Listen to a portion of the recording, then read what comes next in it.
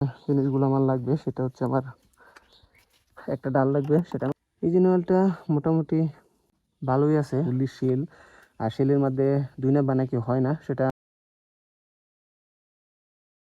আসসালামু আলাইকুম ইব্রান, কি অবস্থা সবার? আসলে সবাই বলো আলহামদুলিল্লাহ, আমি অনেক ভালো আছি গাইস। ফাইনালি আজকে অনেকদিন পর আবার চলে আসলাম আমার বাইকের কিছু টুকটাক কাজ করব, সেগুলো তোমাদের দেখানোর চেষ্টা করব।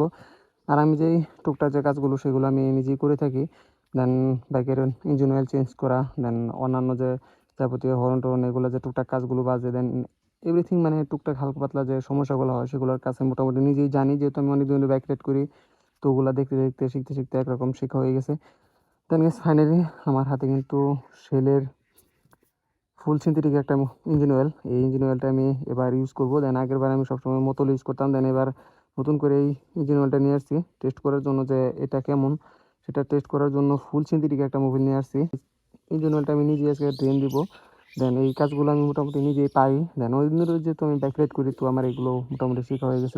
দেন প্রথমেই আমার যে ইঞ্জিন অয়েলের ড্রেন দেওয়ার জন্য যেগুলো আমার লাগবে সেটা হচ্ছে আমার একটা ডাল লাগবে, সেটা আমার বাইকের ভিতরেই আছে অলরেডি, সেটা সেখান থেকে বের করতে হবে।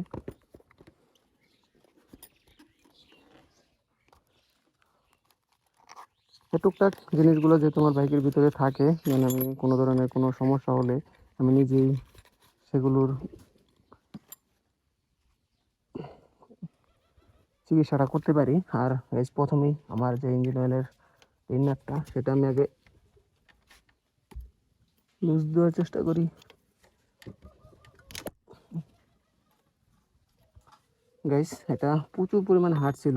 আর যেটা আমার প্রথমে বুঝতে আমার যেটা লাগবে সেটা হচ্ছে একটা মোবিল ড্রেন দিব, একটা বাটি তো অবশ্যই লাগবে। সেটার জন্য আমার পাখির ঘরের সামনে কিন্তু একটা অলরেডি বাটি পড়ে আছে, সেটাতে আমি ড্রেনটা দিব। আর এই বাটিতে আমি সচরাচর ড্রেন দেওয়ার কাজটা করে থাকি। দেন এখন ড্রেনটা দিই। গাইস, আমি ফুললি আমার বাইকটা খুব সুন্দরভাবে রাইড করতেছি। আর ইদানিং কদিন ধরে আমার বাইকের মানে টুকটাক যে মানে বাইর করা হয় না, এত পরিমাণ ময়লা হয়েছে ঘরের ভিতরে রাখা অবস্থায়। আমার ঘরের ভিতরে রাখা ছিল, সেখান থেকে বের করে নিয়ে আসছে। আর এত পরিমাণ ময়লা হয়েছে সেটা আসলে বলার মতো না। আর ড্রেনটা দিই, যেহেতু আমার এই ইঞ্জিন অয়েলটা প্রায় সামথিং 1200 কিলোর মতো চলা হয়েছে। সেমি সিনথেটিক ছিল, আর এবার তো ফুল সিনথেটিক বলতেছি। আর এটা ছিল হচ্ছে ইয়ামাহা কোম্পানির একটা ইঞ্জিন অয়েল। ইঞ্জিন অয়েলটা মোটামুটি ভালোই আছে, তো তারপরও মোটামুটি ভালোই আছে।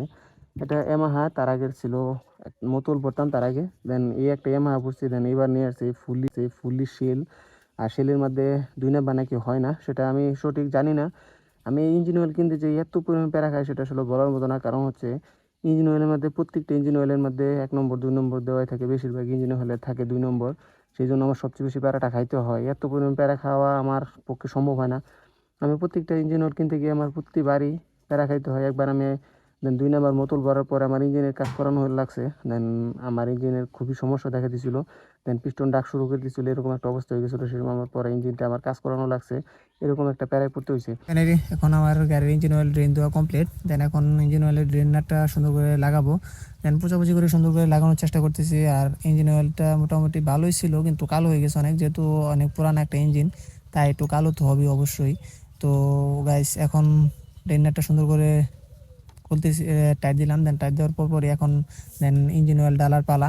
আর নতুন একটা ইঞ্জিন অয়েলের গ্রান, সেটা আসলে অস্থির লেভেলের। সবচেয়ে বেশি গ্রান ভালো লাগে হচ্ছে একটা মোবিল আছে যেটা হচ্ছে টোটাল মোবিল। সেই মোবিলটা খুবই সুন্দর, কিন্তু ওটা তো আমাদের বাইকের জন্য না। দেন অন্যান্য টিভিএস এর বাইকের জন্য ইউজ করা যায়। দেন এই শেলটা আমি আগে পরে কোনো সময় ভরি নাই, এটাই প্রথমবার। আর এর যে মোবিলের যে গ্রানটা মোটামুটি ভালোই। দেন এটার মধ্যে গ্রান খুবই কম, দেন ওরকম মানে ওরকম গ্রান নাই।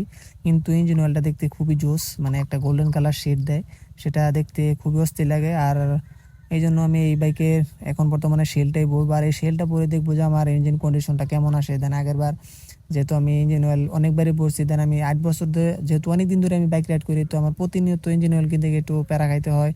আর সবসময় প্যারাটা খাইতেই হয়, কারণ মোবিল সচরাচর চেনা যায় না, এরকম একটা অবস্থা। দোকানদার বলে দেয় যে 1 নম্বর, কিন্তু পরবর্তী আইনে দেখি যে 2 নম্বর মোবিল দিয়ে দিচ্ছে। ইঞ্জিনে ভরার পর বোঝা যায় যে 1 নম্বর না 2 নম্বর, কিন্তু এটা ভরার পর আমি বুঝতে পারবো যে ইঞ্জিন অয়েলটা 1 নম্বর কিনা 2 নম্বর, এটা বোঝা সম্ভব হবে, কারণ ইঞ্জিন অয়েলটা একটা নতুন একটা অরিজিনাল একটা ইঞ্জিন অয়েল বললে ইঞ্জিনের সাউন্ডটা স্মুথলি একটা সাউন্ড আসবে। আর ইঞ্জিন 2 নাম্বার ইঞ্জিন অয়েলটা বললেই দেন ইঞ্জিনের সাউন্ডটা হয়ে যাবে অন্যরকম একটা সাউন্ড হবে গাইস। ফাইনালি আমার ইঞ্জিন অয়েলটা ভরা কমপ্লিট, দেন এখন সিটটা লাগাবো, তারপর দেন বাইকটা স্টার্ট দিয়ে দেখবো যে বাইকের কি কন্ডিশন আর ইঞ্জিনের সাউন্ডটা কেমন আসতেছে। গাইস ফাইনালি বিসমিল্লাহ বলে স্টার্ট দিলাম, দেন গাইস ফাইনালি গাইস এত সুন্দর ইঞ্জিনের একটা সাউন্ড আসছে সেটা আসলে বলার মতো না, খুবই জোস কোয়ালিটির একটা সাউন্ড আসছে। আর গাইস এই ভিডিওটা কেমন লাগলো অবশ্যই কমেন্টে জানাবে। আর আজকের মতো বিদায় নিচ্ছি, আসসালামু আলাইকুম, টাটা।